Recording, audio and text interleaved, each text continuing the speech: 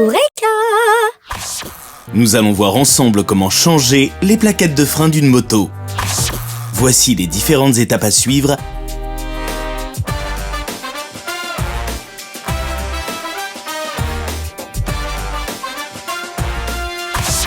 Et le matériel dont vous aurez besoin.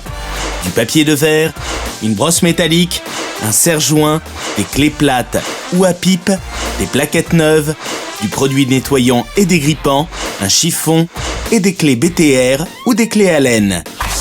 Première étape, démonter goupilles, vis et axes.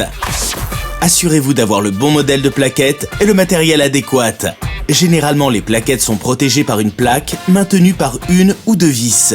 Dans un premier temps, démontez-la.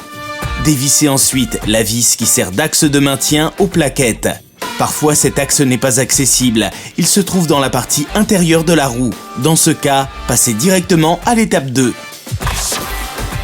Deuxième étape, démonter l'étrier.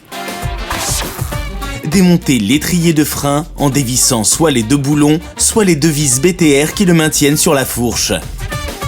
Vous pouvez mettre un peu de dégrippant. Enlevez ensuite les plaquettes.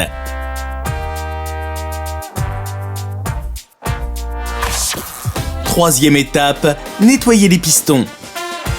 À l'aide d'un chiffon doux, nettoyez les pistons de l'étrier de frein.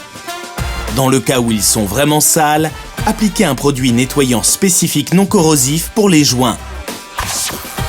Quatrième étape, repoussez les pistons. Repoussez les pistons à l'aide d'un serre-joint ou en prenant les anciennes plaquettes. Cinquième étape, remontez l'étrier. Commencez par frotter légèrement les plaquettes avec du papier de verre fin. Ensuite, positionnez les nouvelles plaquettes dans leur logement. Puis, revissez l'axe de maintien et les goupilles. Glissez l'étrier sur le disque et revissez les boulons ou les vis BTR à l'aide de la clé en mettant un peu de frein filet.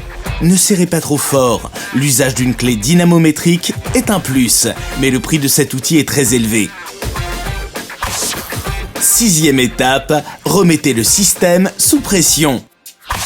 Actionnez plusieurs fois le levier de frein afin que le liquide exerce une pression sur les pistons qui engendre un repositionnement des plaquettes au plus près du disque. Pour les premiers kilomètres, ne freinez pas brusquement pour ne pas glacer les plaquettes et leur laisser le temps de se roder.